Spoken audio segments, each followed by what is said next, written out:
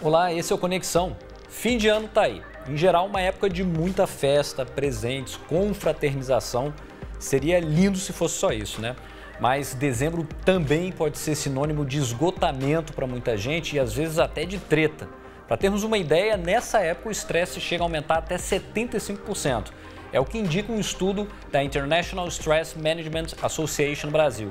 E os fatores que influenciam esse quadro são muitos e estão presentes tanto no campo profissional quanto no pessoal. Quem não tem uma história, um aperto para contar nessa época, né? Sobre isso eu converso aqui no estúdio com a psicóloga Mônica Portela, está aqui com a gente, e com o coach de carreira Luiz Barbieri. Muito obrigado pela participação e também aqui comigo o Bernardo Cauê, que além de meu xará e jornalista, tem um relato de fim de ano para fazer aqui para a gente. Muito obrigado a todos pela participação aqui no Conexão.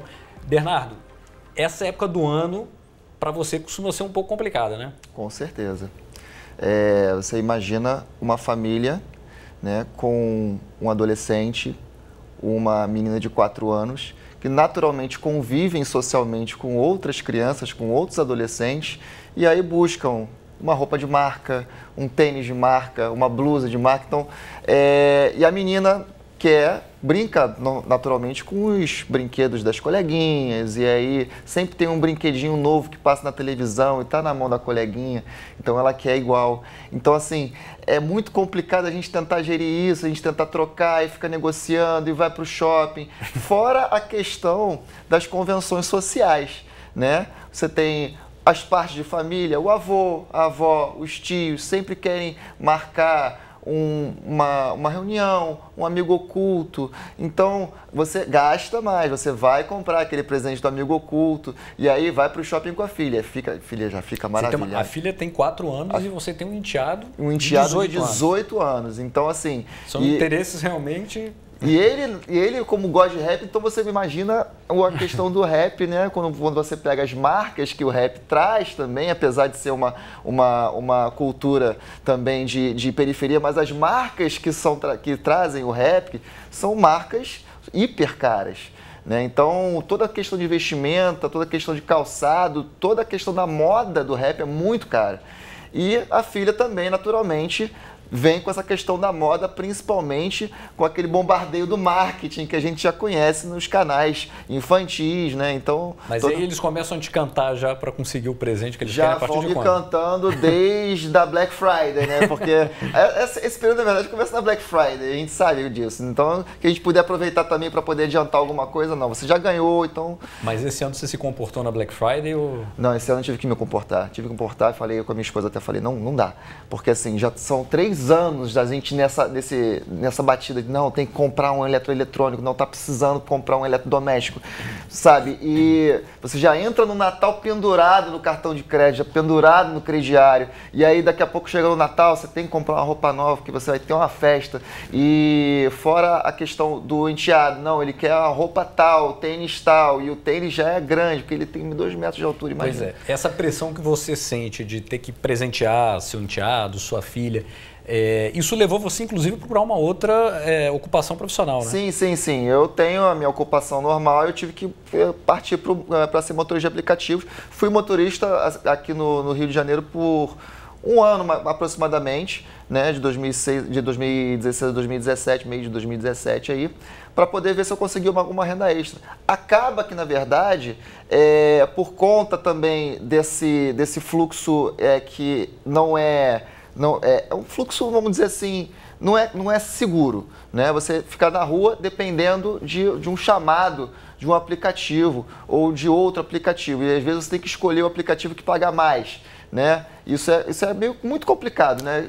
Fora... Esse momento, então, lhe te estressa porque você se sentia culpado por não dar um presente e aí você acabava fazendo mais gastos, é isso? Na verdade, me culpou, na verdade, por 2 motivos. Primeiro, porque eu não conseguia suprir, né? Questão do combustível que aumenta e aí o aplicativo não aumenta a taxa, aí você fica nessa questão desse balanço intermitente. Segundo, porque na verdade você deixa de dar uma atenção para a família para ficar dando uma atenção ao aplicativo, para ver se você consegue ter um rendimento maior. E terceiro, por conta dessa falta, por dessa culpa de você não dar atenção à família, o que você faz? Você gasta todo aquele rendimento que você fez nas corridas para poder dar uma atenção à família. Você chegou a se endividar nesses períodos? Com certeza. Com certeza, chegou ao ponto de eu estar tentando suprir a questão do encontro com a família, né, quando não estava no aplicativo, e entrar no vermelho porque, poxa, não tem que consertar agora o carro e agora. E o IPVA, e não vai dar para o IPVA, então... São impostos que você paga já no início do ano. Pois né? é. Vai virando uma bola de neve, né? Vira uma bola de neve. Aí você entra no vermelho no outro ano. Chegou um tempo que eu não estava com o IPVA pago. Tive que rodar aí, ficar atrasado vendo como é que eu ia pagar o IPVA, porque não tinha como. Chegou, estava suprindo tinha que suprir a necessidade da família, tinha que ter os encontros com a família, tinha que de repente sair com a família, para poder justamente suprir essa falta que esse tempo no aplicativo comia no meu tempo, na verdade. E Mônica, nessa época do ano, esses relatos são muito comuns no consultório? Sim, esses relatos são muito comuns e eu queria fazer até uma pontuação em relação ao que ele falou. Na realidade, ele mesmo criou uma pegadinha para ele. Ou eu fico com a minha família, mas aí não posso atender a demanda de presentes, ceia e tudo mais, ou então eu não fico com a minha família e crio um estresse enorme e vou correr atrás da demanda. Então, esse tipo de pensamento, a própria pessoa cria uma pegadinha para ela. Ou seja, nesse momento de final de ano, é muito importante a pessoa procurar se conectar com ela, né, em termos das suas prioridades de vida, para que ela não se enrole e não crie um estresse desnecessário aonde não existe. Mesmo que tenha uma demanda do filho, uma demanda do enteado, uma demanda da família, uma demanda disso e de todo mundo, é importante que eu me centre, procure verificar quais são as prioridades para mim e que seja o juiz da minha própria vida, para que não me enrole desnecessariamente. Mas, assim, não sei se estou me fazendo entender. Sim, sim. E não sei se seriam todos os casos, a maioria dos casos, mas parece que tem ali nessa fase, nessa época do ano, que é um momento simbólico, né, de fim de ciclo, início de outro. Existe uma avaliação que as pessoas costumam fazer, né, da própria vida. Você diria que o sentimento de culpa, por exemplo, é alguma coisa que fica muito presente nessa época? Tá, perfeito. Essa época do ano, principalmente até o Natal, as pessoas elas costumam fazer um balanço existencial. Então, pensar como é que foi o ano, muitas vezes se culpam do que não deu certo, ficam pensando que existem coisas que poderiam ter dado mais certo e geralmente ficam tristes, ficam para baixo. Além disso, algumas pessoas que perderam a família, algum familiar, ou que não têm uma família, ou que tem uma briga instalada dentro da própria família em função de política, né? Que nesse ano aconteceu muito, pródigo, né? Então, em função de política ou em função de divergências, essa época do ano, principalmente do Natal, não é legal para essas pessoas. Porque é quase como se existisse uma cultura, entre aspas, do tipo, todo mundo tem que ficar bem, todo mundo tem que ficar com a família e todo mundo tem que ser feliz. E muita gente não tem família, não está feliz e está muito triste, justamente porque perdeu algum ente querido. Então, é uma época, o final do ano é uma época muito difícil para muita gente. Agora, é um período do ano também, Luiz, que as pessoas costumam projetar muita coisa, né? Para o próximo período que vai iniciar aí, né? Sem dúvida. E aí é interessante o link, né, dessa situação em casa dentro da empresa, né? Como é que essa relação dentro de casa conturbada por N motivos em função da pressão do final do ano também gera um estresse dentro da empresa que existe uma baixa produtividade já medida, inclusive, nos meses de dezembro e janeiro. Então, os calendários são diferentes, existe uma pressão no trabalho por resultado, fechar o calendário antes das datas datas comemorativas, então todos os profissionais trabalhando mais, né? E muitos deles entrando na vibe, né, de final de ano, de festa, o que também gera. Então há um aumento de acessos em redes sociais, há um aumento nessa questão de comemoração mesmo, já entra num clima de festa, né? Então aquele indicador que mostra que sexta-feira é o dia de baixa produtividade, ele já começa na segunda, no mês de dezembro. Então a gente tem um mês com menor produtividade, as pesquisas mostram isso, muito em função dessa pressão toda dentro do trabalho e dentro da própria empresa, dentro da empresa e dentro de casa. E assim, é uma coisa que eu quero perguntar depois para você ao longo do programa, muita gente percebe esse momento profissional como um momento em que poderia se renovar, mas não sabe como fazer isso também, né? Sim, sem dúvida, porque há essa análise de como é que foi o meu ano e muitos, né? A gente ainda tem um índice de desemprego muito alto, a gente está aí com 12 milhões, fechando o ano com 12 milhões. A gente tem aí um percentual de jovens que estão na faixa etária de recém-formados, que estão realmente sem emprego, né? E a gente tem um percentual desses jovens que reduziram a taxa de desemprego porque desistiram de procurar, os chamados desalentados. Então esses são piores e com certeza vão bater no consultório da doutora porque eles não têm perspectiva de futuro, né? Por mais que eles tenham investido em educação, eles não estão conseguindo encontrar, por mais que a gente tenha uma expectativa, uma esperança de mudança em função do próprio governo, ainda assim eles estão vendo um cenário desde 2015 com uma taxa de desemprego muito alta e o recém-formado sem conseguir entrar no mercado. A gente ouviu já um pouco da história do Bernardo, meu xará aqui, mas a gente vai ouvir outras ao longo do programa. A bancária Marcele Gabina, ela reclamava da quantidade de atividades que se acumulavam em dezembro. Até que ela resolveu encarar isso de outra maneira. Vamos ver. Dezembro costumava ser um mês muito estressante para mim, por conta das inúmeras atividades inerentes a essa época, Natal, confraternizações, fim de ano de escola. Eu ficava ansiosa porque eu queria dar conta de tudo, comprar todos os presentes, ir a todas as confraternizações.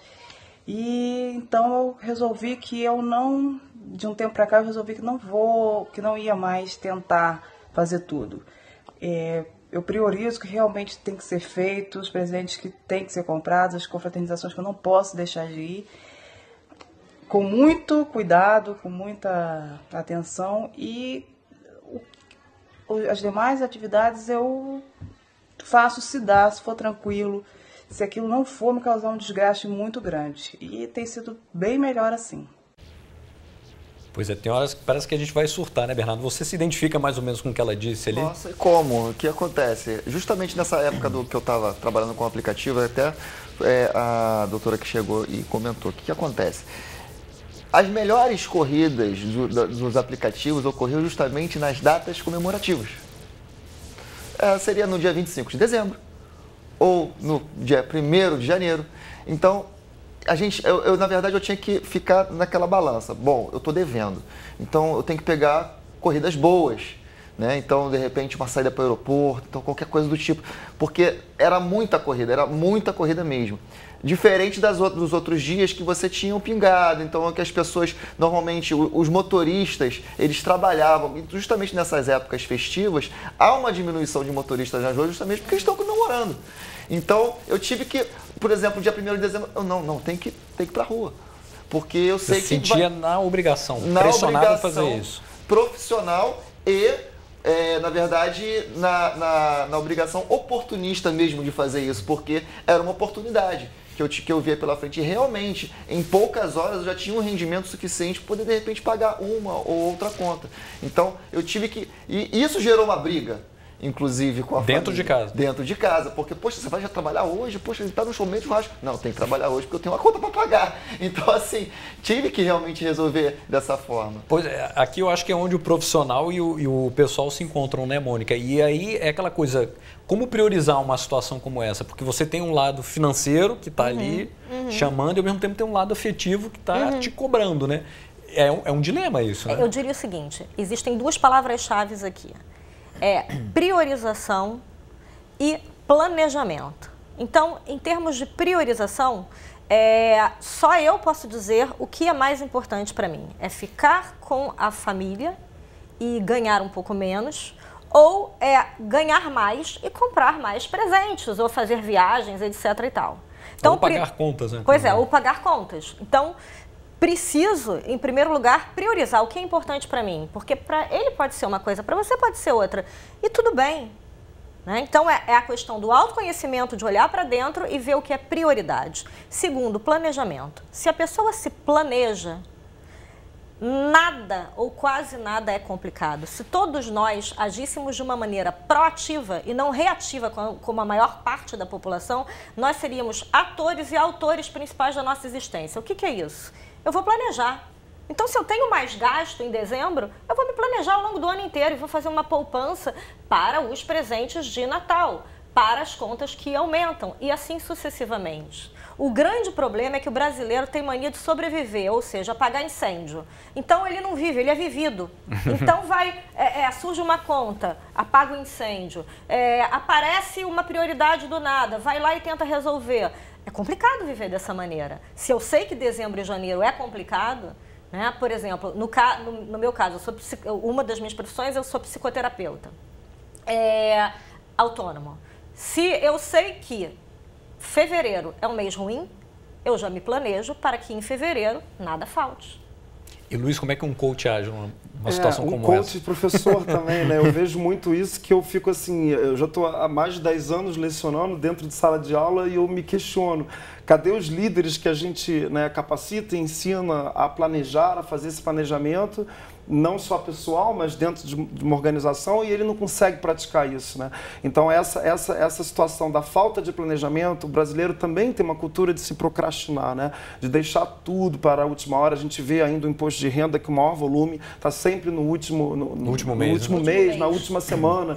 Então, essa carência de conhecimento de como desenvolver um planejamento a médio, longo prazo faz com que a empresa sofra, né? É curioso perceber que o nosso comportamento dentro de casa e pessoal, ele reflete no comportamento dentro da empresa, né, de uma forma onde as habilidades gerenciais não são visíveis, porque parece que ele está contaminado por uma cultura que é brasileira. Então, por que eu vou agir diferente dentro da empresa se todo mundo aqui não faz como eu deveria fazer, apesar de eu ter aprendido o correto? Então, é como se ele fosse sozinho e aí ele fala, não, isso vai dar trabalho, né? E aí a gente entra numa situação de acomodação e trazendo prejuízos para o resultado da organização nessa época, né? Porque uma baixa produtividade, onde você tem um custo elevado, inclusive com 13º, traz prejuízo para a organização. Olha só, ainda falando um pouco da questão pessoal, a gente vai voltar a falar da profissional, a gente vai ouvir agora como costuma ser a experiência de fim de ano do advogado João Sodré.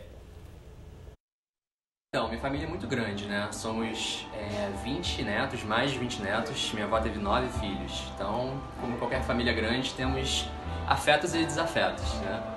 E o Amigo Oculto é o ápice da nossa noite de Natal, é o momento mais esperado. E dura bastante, né? Porque é muita gente.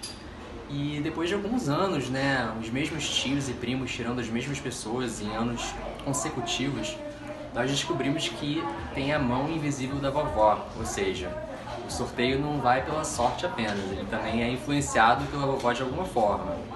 Mas mesmo assim, continua sendo uma noite de Natal muito interessante e muito agradável. Essa avó soube fazer ali o meio de campo, né, para conseguir manter.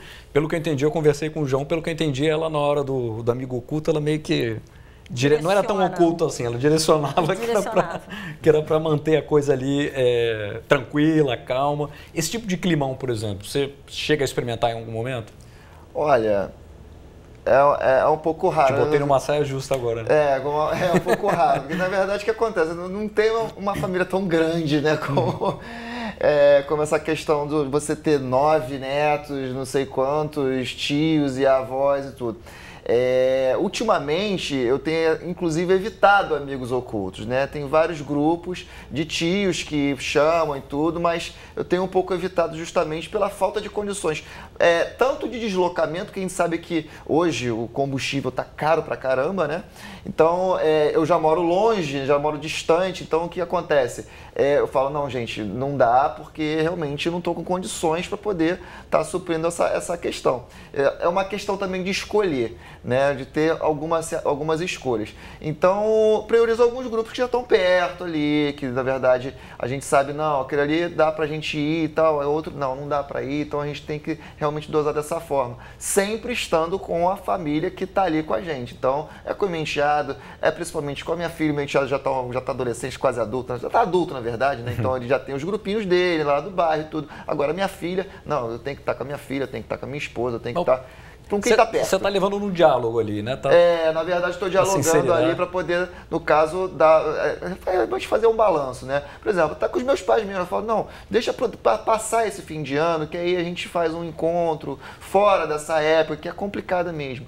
Então... E, Mônica, esse ano o país ficou numa situação de muito beligerante, né? As pessoas estavam muito beligerantes por conta da eleição. Como, numa situação como essa, uma família grande, com opiniões muito diversas, você conciliar isso numa ceia de Natal, por exemplo? Em primeiro lugar, a gente precisa lembrar que nós vivemos numa democracia. Então, se está tendo alguma discussão, que bom, nós vivemos numa democracia. E numa democracia as pessoas discordam. Então, eu diria que a palavra principal nesse momento é respeito. Respeitar a opinião do outro, mesmo sabendo que eu tenho uma opinião diferente. E lembrar o seguinte, não é o candidato A, B ou C que vai mudar a minha vida. Então, sou eu que vou mudar a minha vida. Então, se eu quero um 2019 diferente do 2018, vamos planejar e priorizar. Para evitar uma fadiga maior, né? Para evitar uma fadiga maior. E... existe sim uma situação polarizada esse ano. Algumas pessoas vão se recusar a ir nas ceias de Natal, nas ceias de Ano Novo, em função dessa polarização que nós estamos ainda nem sempre é terrível, às vezes é até melhor, né? Às vezes é até melhor. Às vezes é até melhor, para não ficar numa saia justa, numa coisa chata. Eu estou falando isso porque a irritação, o estresse, o descontrole podem chegar a níveis alarmantes. Olha só.